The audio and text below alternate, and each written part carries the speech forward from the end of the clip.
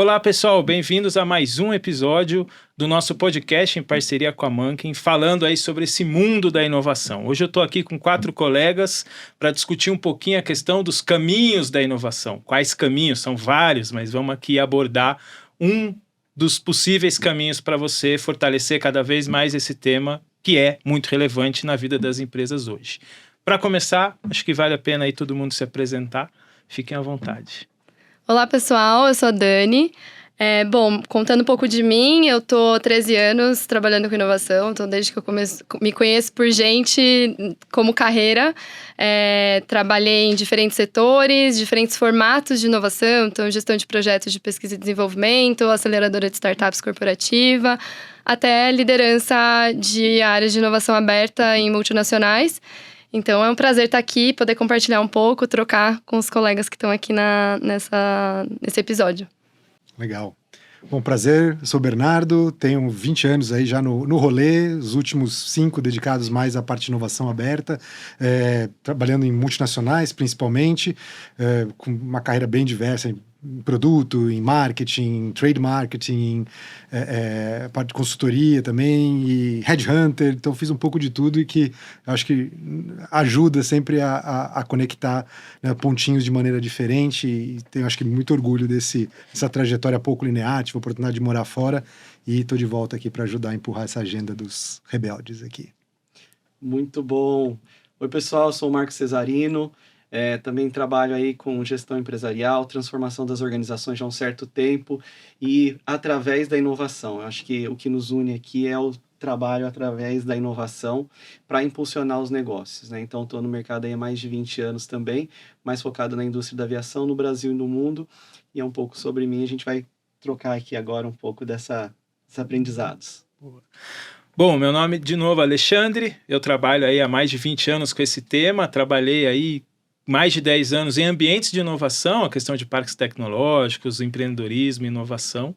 E há 2 anos eu entrei nesse desafio de empreender dentro das corporações. Era uma curiosidade que eu tinha, surgiu a oportunidade, depois do ambiente de inovação eu fui para uma startup, conheci um pouco como o Bernardo falou, né, as experiências diversas, e tive o prazer aí de entrar e conhecer esse grupo aqui, que com certeza a gente aprende muito a cada dia. Bom, vamos lá, gente. Caminhos da inovação, né? Existe aí uma receita de bolo, né? A gente vê aí muitos materiais, frameworks, gráficos, matrizes e etc. Então, para começar aqui, o pontapé inicial que eu queria trazer para a nossa audiência é a questão... E o tal do H1, H2 e H3, Marco? Conta para a gente um pouquinho aí dessa definição. Eu acho que assim, é natural essa necessidade de definições e colocar ali alguns direcionadores, né? Acho que serve para a gente poder ter debates mais produtivos, e o H1, H2, H3 é um dos modelos para que a gente possa categorizar, classificar as inovações, né? E propiciar esses debates, essas pautas. E também tentando evitar um pouco desse juízo de valor, né? O que é bom, o que é ruim, se é melhor ou pior. Na verdade, o framework é só para organizar o rolê, não é qualificando ali, né, as inovações em si. Então, a gente parte aí do H1, né, que é o core business, né? Para cada empresa vai ter o core business, vai ter o que paga o salário de todo mundo, né? Então, as inovações ali garantem esse negócio, garante que esse negócio se mantenha competitivo. Quando você pega esse negócio que é competitivo e entende que você pode levar ele para um novo mercado, a gente já começa a falar de H2, né? O H2 é essa expansão, então, para um novo mercado. Ou você, que já tem um mercado, que já atua e sabe navegar em um mercado existente, você inova em um produto ou um serviço para aquele mercado que você tem influência e sabe navegar. Quando você mistura as duas coisas, seja um mercado com um mercado novo e um produto e serviço novo, é o que a gente fala do H3, né? O H3, então, ele traz essa a complexidade, vamos dizer assim, de desbravar mais variáveis. Então, basicamente, isso ajuda a dar uma organizada nas pautas. No fundo, é para isso que... E aí, obviamente, tem várias definições, né? Inovação incremental, disruptiva, radical. Eu não me apego muito, eu vou mais pelo princípio ali do que é desafio para a empresa, né? Eu acho que faz mais sentido a gente olhar dessa forma.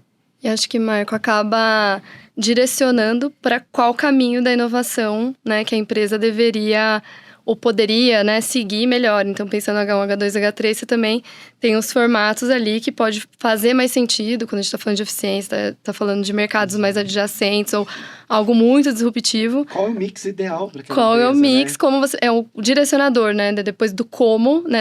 A estratégia para você pensar depois no plano tático ali de como você vai seguir. Mas até, né, na nossa prévia, nossas discussões antes do podcast, a gente foi polêmico, né, no sentido de não se apegar, né, o que é H1, H2, H3, principalmente entre H2 e H3.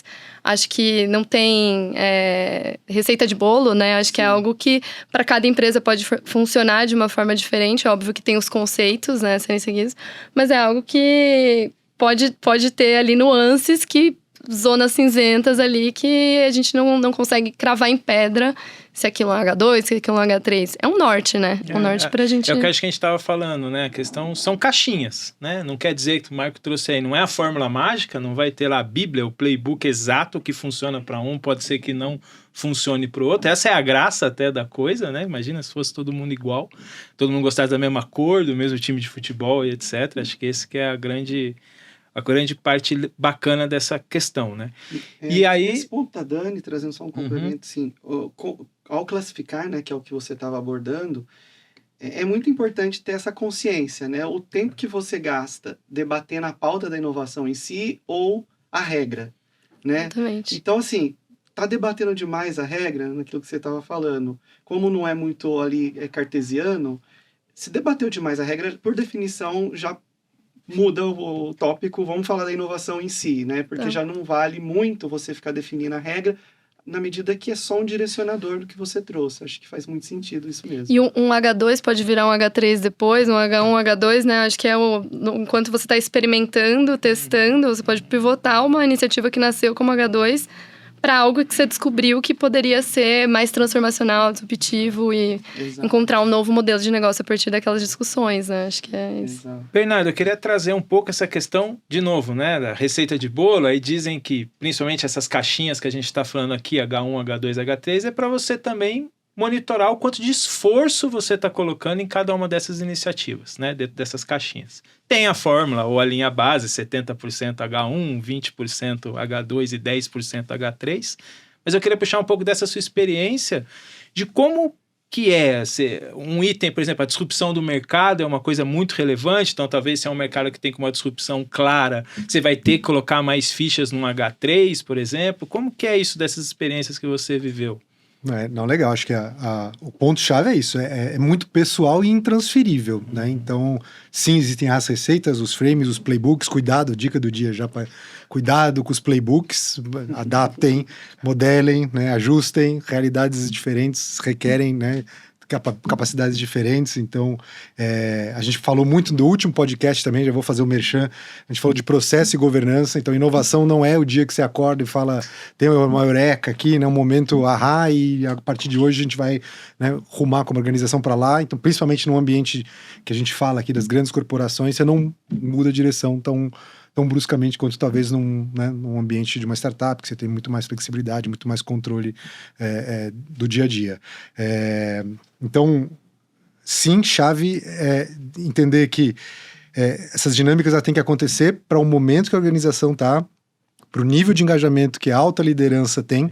Então, acho que o desafio é o quanto isso está, de fato, no coração, né? O quanto que os stakeholders chaves estão, né, comprados com o que está sendo discutido ali na mesa, né? E isso vai determinar a velocidade que a gente consegue avançar, né, com os formatos que a gente chamar. Então, se é CVB, inovação aberta, semi-aberta, enfim, isso acho que é a estratégia da empresa que vai dizer. Então, uma multinacional, uma típica multinacional, né, não querendo criar os rótulos aqui, mas a gente vai falar um pouco, né, talvez dos padrões.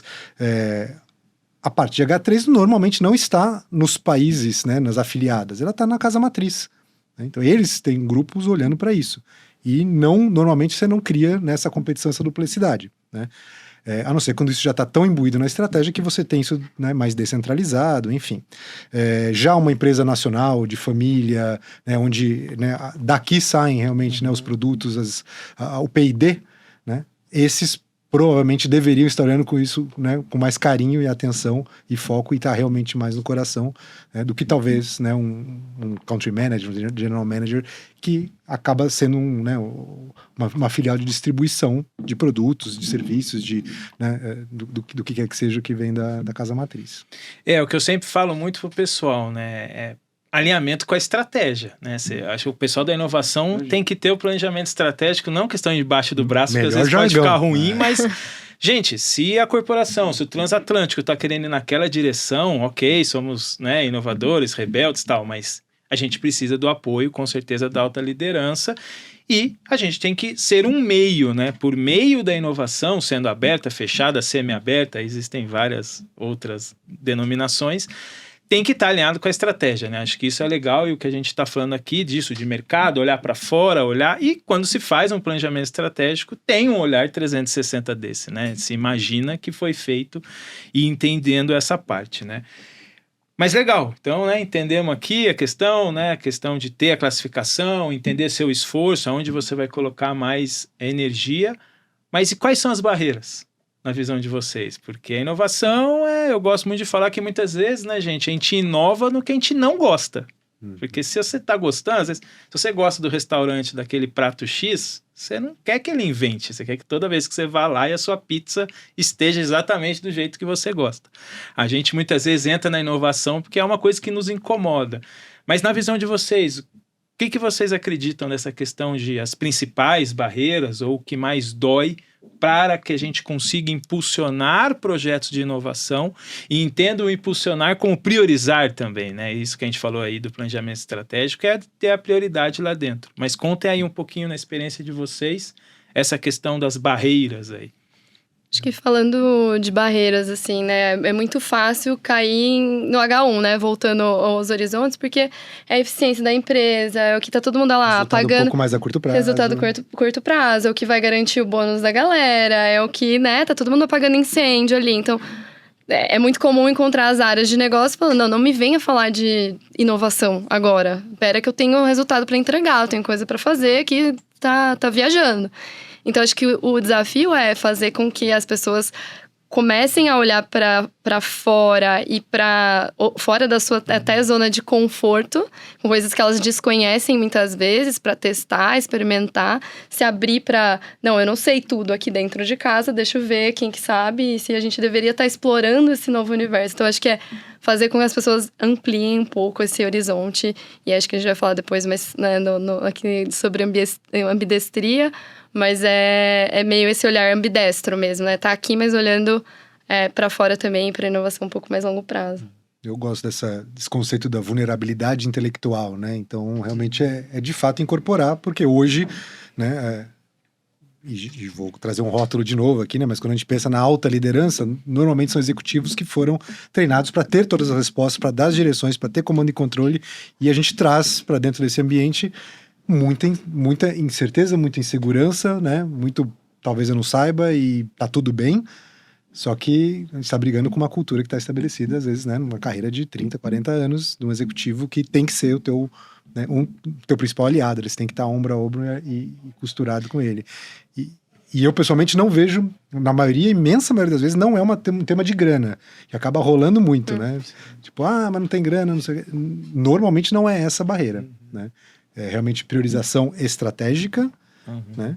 E depois o que a gente acaba generalizando como cultura da inovação, que é o deployment disso, ou seja, legal, então já estamos comprados, já sabemos que como corporação queremos ir para lá, isso está parte dos objetivos, parte da visão, como é que o resto do time incorpora isso, né? E aí eu acho que vem... Acho que está muito intrínseco com a questão de exploração, né? Que é um ambiente de extrema incerteza, né? A definição de startup, um dos pontos é esse, é um modelo de negócio escalável em algo muito que você não tem. E, às vezes, a grande corporação tem aversão a isso. Então, talvez trazer a startup para essa conversa consiga balancear, ajudar um pouco, porque é isso, a execução ali, eu brinco, H1, a vaquinha leiteira ali, deixa ela ali, não vamos mexer, eu não quero ter surpresas, eu quero ter o mais próximo possível de previsibilidade, né? Então, acho que traz um pouquinho esse pânico a hora que a gente fala. E quando a gente fala, não tenho, né? É assim, é ok você falar, não tenho as respostas. É por isso que a gente tem várias metodologias, vários métodos para a gente fazer uma exploração, né? Então, acho que esse que é um ponto que a gente vai trazer aí, mas ter realmente um equilíbrio, não é nem muito lá, nem muito cá. Eu acho que, né, como o Marco trouxe aqui no começo, que eu gosto de falar é parar com a mania dos adjetivos, que um é melhor ou pior, você precisa de mim, não, você não precisa. Não, esquece adjetivo, realmente a ideia é somar, né? Acho que esse que é o grande papel, né? Ale, eu acho que tem alinhado 100% como eu penso, porque cada caso acaba sendo um caso, né? Então você tem, quando você está falando de algo que a tecnologia que precisa evoluir, você tem mecanismos para você acelerar se a restrição for tempo, né? Então, aí fazer parcerias, fazer prova de conceito, fazer, né, aceleração de algumas formas focada na tecnologia, né? Às vezes a tecnologia não é restrição, né? Então, como que você faz acontecer um negócio que é mais adjacente? Vai aí através de investimento em CVC e tal. Então, as formas são... Uma vez que está amarrado com a estratégia, eu adorei o que você falou sobre a inserção estratégica. Senão, sempre a inovação vai ser os caras da inovação, aqueles projetos diferentão, a gente vai falar um pouco no final sobre isso. E na verdade, é estratégia. A inovação é para a perpetuidade das empresas, né? Senão, a gente existe por isso, né? E se a gente desassocia, começa a ficar um negócio complicado, né? Sempre se provando, isso já é... Começa a gerar muito atrito, desgaste. Né? Então, os mecanismos são vários. Eu acho que, assim, tem aí ICTs, né? Que a gente se conecta, CVB para aceleração, criação aí dos novos negócios de uma forma mais fora ali do core business, adjacente, né? Então, tem a ver com tempo ou tem a ver com competência. Eu acho que a gente pode explorar um pouco isso aqui, né? Quando é tempo, quando é competência, né? Quando é dinheiro também, porque realmente em algumas situações a gente precisa de fazer uma alavancagem, né? E tem mecanismo para alavancagem. Por que não usar os mecanismos de fomento, por exemplo, e tal? O que vocês têm para falar sobre isso? Hoje... No modelo que eu venho trabalhando hoje, na questão da plataforma de inovação, esse termo de subvenção está bem forte, não só também a condição da subvenção atual, a gente passou anos aí que estava mais seco essa fonte, hoje já está voltando a ter recurso aí, e outro também financiamentos, né? Então não só ficar na questão de subvenção, isso a gente tem trabalhado, eu tenho trabalhado nessa questão um pouquinho de financiamentos para a inovação, para sustentar e construir essa estrutura, né? Eu acho que esse é um ponto que dá para ser trabalhado.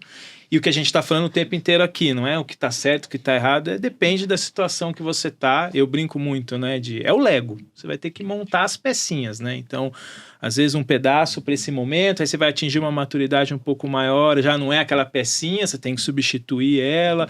A gente estava até discutindo, né, esses dias, se é dentro de casa, se é fora, se eu começo com alguém de fora, depois internalizo, faço esse, né, o offset aí de conhecimento. Então, acho que tem muito isso. E eu acho que talvez a gente explorar rapidinho essa questão desse canivete suíço, né? Porque a inovação eu acho que tá tudo mais complexo. Talvez antes ali era, o P&D dentro de casa e uma parceria com uma universidade. Aí começa a ICT, começa a parte tecnológica, startup, CVB, CVC, bolsista, subvenção. Então eu queria que se a gente pudesse explorar um pouco isso desse canivete suíço, né? O que tem, qual o momento correto de usar quais os pontos positivos, né? Eu acho, Ale, assim, como você falou no começo, né? Framework é o que não falta, playbook é o que não falta, mas uma sugestão que eu dou, assim, que eu gosto muito, tem uma matriz que é Build by Your Partner. Então, ela tem os 2 eixos ali da matriz, obviamente. Quanto que você tem habilidade para vencer naquele território. O quanto que você tem assets, capabilities, know-how, que podem te ajudar a fazer com que aquele território seja atingido, né? Aquela meta seja atingida daquela iniciativa. Versus, no outro eixo, a sua urgência. Então, quanto que você precisa colocar isso logo no mercado? Ou por competidores que já estão lançando algo, ou porque você está perdendo o mercado, precisa inovar rápido. Então, tem ali vários critérios que podem compor nessa decisão. Se você tem muita capability ou tem muita urgência. E esse cross, né, da matriz, ela pode te direcionar. Se você tem muita capability e pouca urgência, desenvolve dentro de casa. De repente, até conecta com ICT, mas você tem mais tempo. Você vai desenvolvendo, você tem bastante conhecimento naquele tema. Se você já tem muita urgência, mas também tem um certo capability, de repente é uma parceria. Alguma coisa que está faltando para você, você se conecta ali a uma startup, faz uma prova de conceito, mas você complementa, colabora com o que você já sabe. Agora, se você tem baixa capability, não conhece, mas você precisa entrar naquele mercado rápido para qualquer motivo, né, não perder competição, enfim, não perder mercado, aí você pode comprar. Aí você entra mais no CVC, então isso acaba ajudando a dar um direcional ali de quando entra uma demanda, assim, você começa a pensar, putz, peraí, eu conheço muito, conheço pouco, tenho urgência, não tenho. E aí vai, né, dando um caminho. Fazendo um gancho, né? E o clássico M&A, que é a aquisição. Exato. Então, assim, é isso também que a gente tem que desmistificar um pouco, né? Parece que agora startup é a solução de tudo, é inovar ou não. Calma. Existe uma história, né? O P&D, existe uma construção, tem os stage gates do Sr. Cooper. Gente, é uma construção.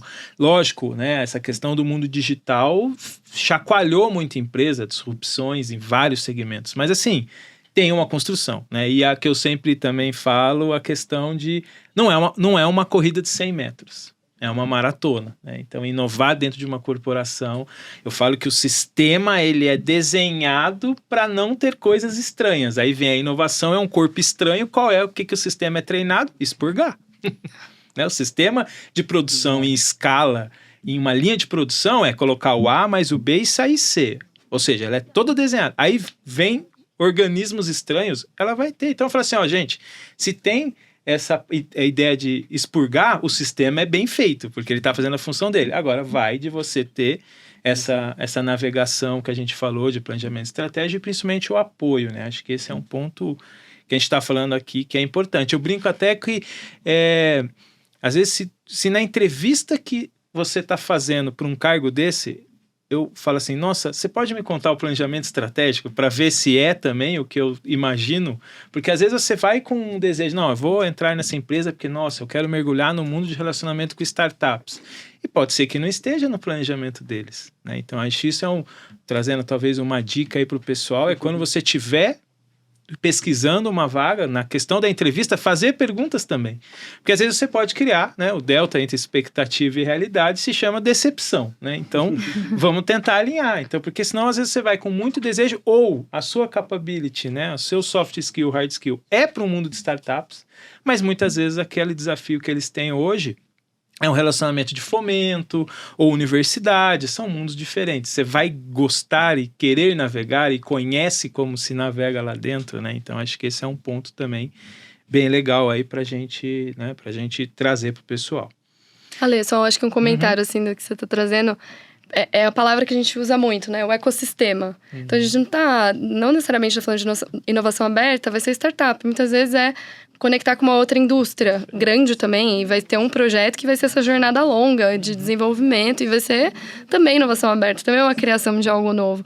Então, tem o canivete suíço, né? Tem várias formas, e aí o ecossistema também se complementando, né? Então, não é sempre vai ser startup, ou sempre ICT, ou sempre... Não, muitas vezes são eles juntos, né? Que vão fazer a coisa acontecer. E o que eu trago para o passado.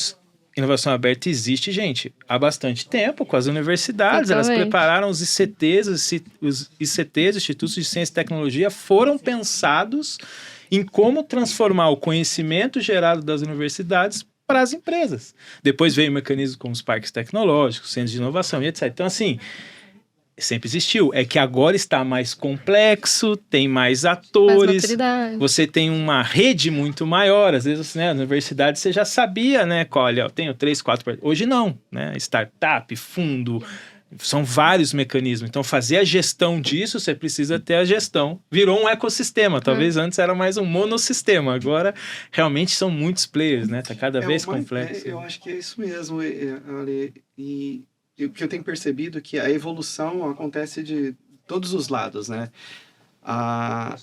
O ano passado eu percebi uma tendência muito grande das próprias universidades que acho que caiu a ficha no sentido de conectar com business.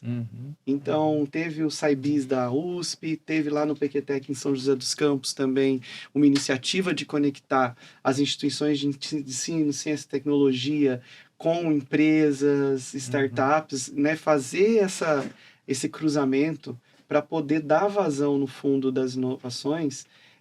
Então, a instituição de ensino também tem definido instrumentos para poder se reinventar, né? E trazer inovação para o negócio. Então, eu acho que o momento está super propício, Sim, né? Então, sim. todos os players entendem que é assim que eu tenho visto, né? Acho que é a maturidade geral. E um tema que eu acho que vale para a gente, né, completar tudo isso que a gente está falando, e o papel dessa questão da ambidestria, né? As organizações terem essa dinâmica. Acho que isso vale a gente, né? Daria, lógico, vários episódios sobre esse tema, mas acho que seria legal a gente trazer um pouquinho aqui para o pessoal e da experiência de vocês com esse tema, né? A importância, a relevância disso.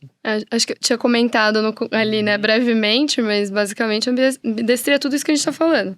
Que é, hoje, você tem que olhar para o core, você tem que fazer ali, né, pagar os boletos, né? Fazer com que a eficiência aconteça, que o core aconteça, que o negócio se mantenha, mas sempre de olho no que está acontecendo lá fora. E esse ecossistema é o que tem, né, disponibiliza aí muito conhecimento, tendências tecnológicas que estão por vir, então monitorar sinais fracos, então tá sempre olhando também para esse futuro que pode em algum momento disruptar o seu negócio. Então o que você está fazendo como core, de repente, pode não fazer mais sentido se você não estiver monitorando ali ao lado, e é muito comum as empresas, principalmente as que não estão no momento de crise, né, que estão indo bem, ignorarem o que está acontecendo por aqui, e os movimentos vão acontecendo, e aí, então você tem que equilibrar, né? O olhar para o hoje, para o agora, mas também com essa radar. No mundo dos esportes, né? Os atletas de alto desempenho falam, difícil não é só chegar em primeiro lugar, você continuar lá, né? Porque antes você tinha ali, segue o líder, mas e no momento que você é o líder, né? Então eu acho que esse é um bom ponto, Ale, porque... e entendendo na linha do que a Dani trouxe, que um H3 hoje é o H1 do futuro, né? Eu acho que a empresa que entende essa dinâmica, ela vai definir uma pauta e vai conseguir medir e falar sobre o H3 no momento que tem que falar sobre o H3. E vai também garantir, e a maior parte do tempo, garantir o H1 com a pauta do H1. Né? Saber navegar nesses mundos garante a perpetuidade das empresas. Né? Legal. Acho que, do meu lado, talvez para fechar esse ponto, veio, além do que vocês trouxeram, veio para mim na cabeça a questão das hypes, né? Então, tivemos a do metaverso, do mesmo jeito que, acho que foi 22 ali, né? Teve um boom, era só o que se ouvia e todo mundo, né, apontando os canhões, e ele foi embora. AI generativa, né? Então, aonde que eu aterrizo isso na nossa conversa? Para a gente conectar com o coração da alta liderança e ter eles ao nosso lado, né, e garantindo que a gente está com essa visão compartilhada, não dá para se ancorar só na tecnologia, na solução, na tendência, mas o que aquilo traz de impacto para o negócio, para o dia a dia, qual é o alinhamento com a estratégia. Então, ter essa perspicácia, né, acho que é uma destreza organizacional de também saber escolher as brigas e os momentos onde você vai trazer, né, que tipo de discussão. Então não é a tecnologia ou a solução pela solução, mas que problema de verdade a gente quer resolver com aquilo, qual é o impacto que a gente espera. Então é tangibilizar e não se apegar, né, a solução em si. Porque muito que a gente está discutindo, ela é o meio, né? Assim, a gente quer chegar a um local, a inovação aberta e outros mecanismos, ela é um meio, assim como muitas vezes os empreendedores se apaixonam pelo meio, né? Pela tecnologia, mas não o problema que ele está resolvendo, né? Isso a gente escuta bastante aí no mundo do empreendedorismo com as startups, porque ele tem aquela paixão pela tecnologia, pelo produto, pelo serviço, mas você tem que estar olhando muito mais essa questão de qual problema você vai resolver.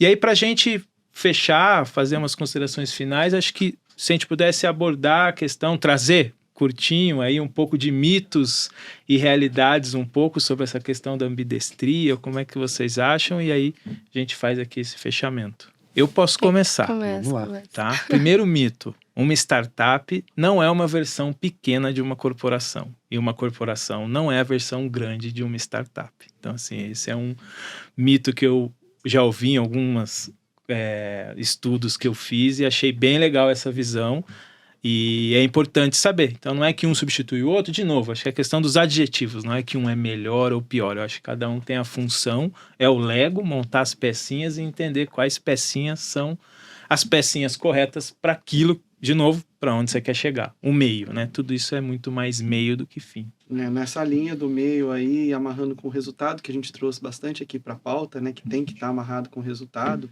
Eu acho que um outro mito também, a gente sempre, quem nunca, né? A gente pensando nos nossos próprios aprendizados dentro das organizações. Testamos já de tudo, aposto que se a gente pedir exemplo aqui, virão vários exemplos, né?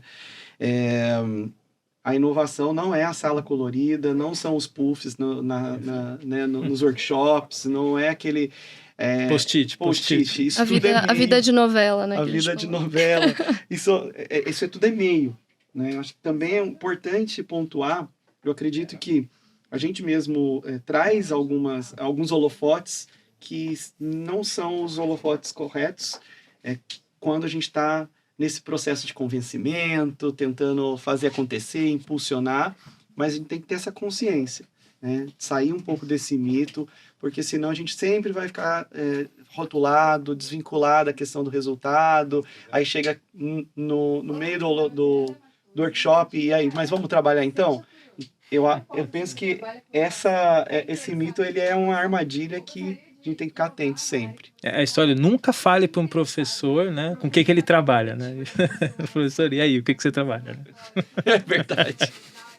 Nunca faça isso, que seu nome vai estar na listinha na hora que ele for dar nota lá. Professor, você só dá aula ou você trabalha? Isso é... Genial. Não, para mim eu fico com acho que o mito de que a inovação é inimiga do P&D, né? Para mim ainda é uma discussão, né, recente, porque nunca tinha ouvido. Por um lado, né, a galera que defende o ponto, né, fala, não, porque é um atestado da incompetência do P&D de desenvolver o que é, né. A inovação aberta sofre muito isso, né, é atestar, né, né? Isso é um belo ponto. Exato. Boa polêmica. Exato. Vamos, já temos o próximo. Já temos o próximo tema.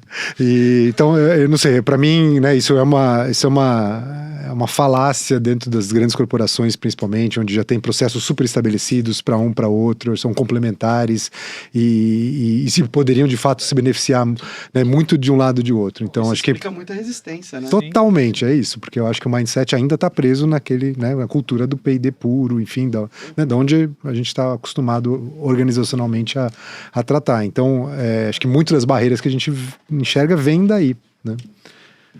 Acho que vocês falaram basicamente tudo, né, dos mitos que a gente passa aí com inovação aberta, mas acho que um também importante é justamente inovação aberta não dá resultado, é só exploração, e aí tá conectado com o que a gente estava falando, como você estava falando, né, Marco, de puff rosa e colorido e post-it, tudo é medido, né? A gente tem processos, a gente tem formas de fazer a governança, então indicadores para tudo. Podem ser mais intangíveis ali, que a gente está falando mais de cultura, mas vai ter como medir. Você tem como criar esses KPIs e ir acompanhando e você que logicamente não são e não devem ser os mesmos da linha de produção, porque são ambientes, são resultados, são projetos diferentes, né? Então, acho que esse é um ponto bem relevante, porque às vezes quer pegar aquele modelo vencedor, né, da linha de produção, ou P&D clássico, que ele também teve, né, como eu falei, tudo tem história, gente. Então, ele teve, com certeza, muitos anos de se provar, hoje tem já uma robustez, mas com certeza passou por esse amadurecimento também, né.